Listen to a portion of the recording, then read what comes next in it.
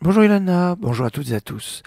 Au début de la paracha Béchalach, la paracha que nous lirons ce Shabbat, on nous dit Hamushim alou beni Israël meres misraim. Et Hamushim sont montés les enfants d'Israël. Les enfants d'Israël, quand ils sont sortis d'Égypte, ils sont sortis Hamushim. Ça veut dire quoi Hamushim?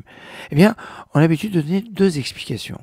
Une explication, c'est Hamushim, ils étaient armés, ils étaient équipés. La notion de Hamushim va retrouver sa racine dans cette notion d'être équipé, armé. Deuxième possibilité, Hamushim de Hamisha, 1/5 est sorti d'Égypte, 4/5 sont morts pendant la plaie des ténèbres. Alors toujours quand il y a deux explications, on peut se poser la question, est-ce que on peut trouver un pont entre les deux explications? Celle qui nous dit qu'ils étaient armés, l'autre qui nous dit que juste 1/5 est sorti. Eh bien, la réponse va se trouver par le fait que Hamushim, certains vont dire qu'ils avaient 5 enfants. Ils avaient tous 5 enfants. En fait, pas 5 enfants, mais 5 sortes d'enfants. 1/5 c'était leurs propres enfants, et les 4/5 c'était les orphelins et orphelines qui avaient eu leurs parents qui étaient morts pendant la plaie des ténèbres, les fameux 4/5. Dans les 4/5, on peut imaginer que ceux qui sont morts étaient seulement les adultes, mais pas les enfants. Donc au niveau des enfants, 4/5 sont sortis avec le 1/5. Alors ça va Hamushim, eh bien c'est cette notion de générosité qu'ont eu les enfants d'Israël, d'adopter tous ces orphelins dont les parents étaient morts pendant la plaie des ténèbres. Et c'est ça, quand Dieu dit « Je me souviens de ton chesed, de ton enfance, quand tu m'as suivi dans le désert », eh bien chesed, c'est ce chesed que chacun a fait avec ces familles, ces orphelins qui n'avaient plus de parents. Et on veut dire que c'est peut-être cela, la fameuse arme. On nous dit les enfants d'Israël, Hamushim, sont sortis armés. Armés de quoi? Armés de mitzvah de chesed. Armés de cette mitzvah de bonté, de générosité, de s'occuper de ces orphelins. Et ça, c'est la meilleure arme qui puisse exister contre l'adversité. On peut retrouver comme ça des points où des explications vont avoir un pont entre les deux. Ainsi, dans la paracha la semaine dernière, on nous a dit pourquoi il y a eu la plaie des ténèbres. Eh bien, une explication, c'était pour que les 4/5 qui devaient mourir, eh bien, des enfants d'Israël, les Égyptiens ne les voient pas mourir, en se disant, ben voilà, les Hébreux sont aussi frappés des plaies. Alors, ils étaient plongés dans les ténèbres sans voir ce qui se passait pour les enfants d'Israël de ces 4/5 qui sont morts. Deuxième explication, c'était pour permettre aux enfants d'Israël de voir où se trouvait l'or et l'argent au moment où ils devaient partir pour les demander aux Égyptiens, et parce qu'ils devaient sortir avec l'or et l'argent. Et alors, donc, ils savaient où se trouvaient ces choses-là, et ils ne les ont pas pris parce qu'ils n'avaient pas les prendre sans la permission des Égyptiens. Et là, eh bien, on peut trouver une connexion entre les deux. En fait, les 4/5 sont restés en Égypte. Pourquoi? Peut-être parce qu'ils étaient trop attachés à la matérialité, à l'or et l'argent, justement. Alors, ils sont restés en Égypte. Non, on va pas les laisser en Égypte. Ils étaient trop collés à l'or et l'argent.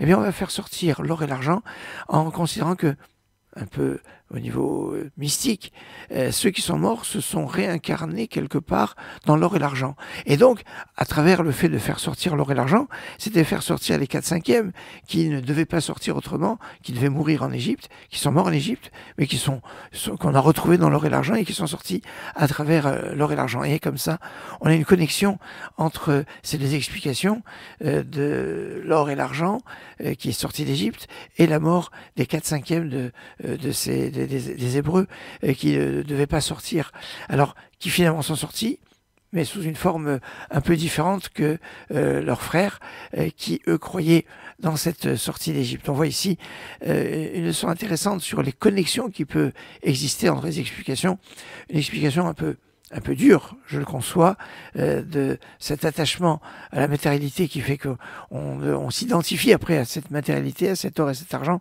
Il y a ici un enseignement dur, mais retenons le premier enseignement du chesed, de la bonté, de cette générosité des Hébreux à élever tous ces orphelins pour ne pas les laisser, et qui était finalement leur arme principale au moment de la sortie d'Égypte.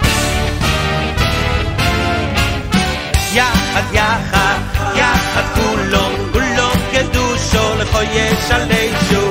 יחד יחד, יחד כולם קדושו לכו ישלשו כדובור אמור על יד אביכו בקורות זה ויאמר קדוש יחד כולם קדושו לכו ישלשו יחד כולם קדושו לכו ישלשו כדובור אמור על יד אביכו בקורות זה ויאמר קדוש יעשו ומלך מלכי המלכים מלכוסוי נצח מיירוסוף שיחו ספרו זוי פורו צבו יעשו ומלך מלכי המלכים מלכוסוי נצח מיירוסוף שיחו ספרו זוי פורו צבו קדשו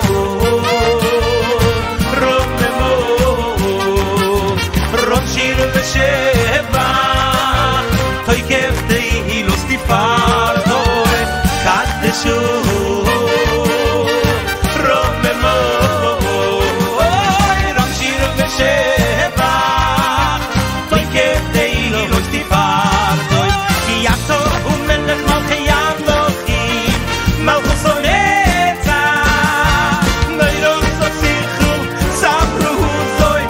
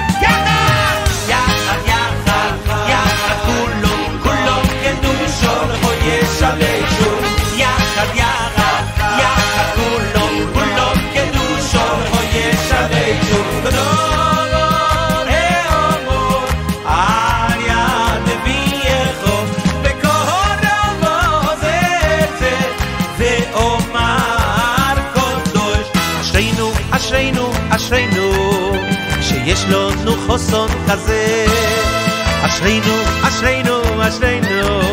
שיש לנו חוסן כזה יוסי סולייך אלוהי כהים אוי נמצא חוסן על כלום יוסי סולייך אלוהי כהים נמצא חוסן על כלום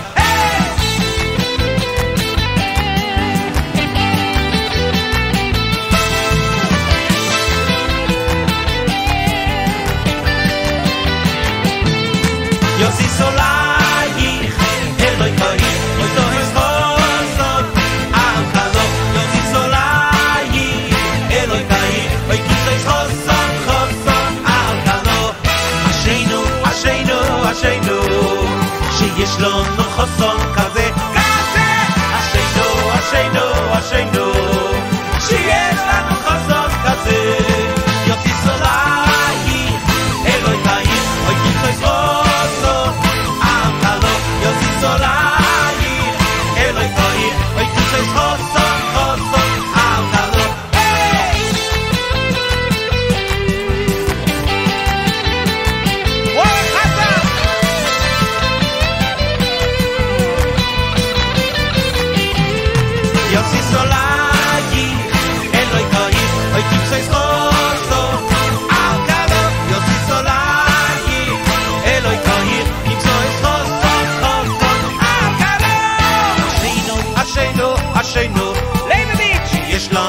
חסון כזה כזה אשיינו אשיינו אשיינו שיש לנו חסון כזה יוציא סולאי אלוהי תוהי אוי כבשי חוסון אגב אלוהי יוציא סולאי אלוהי תוהי אוי כבשי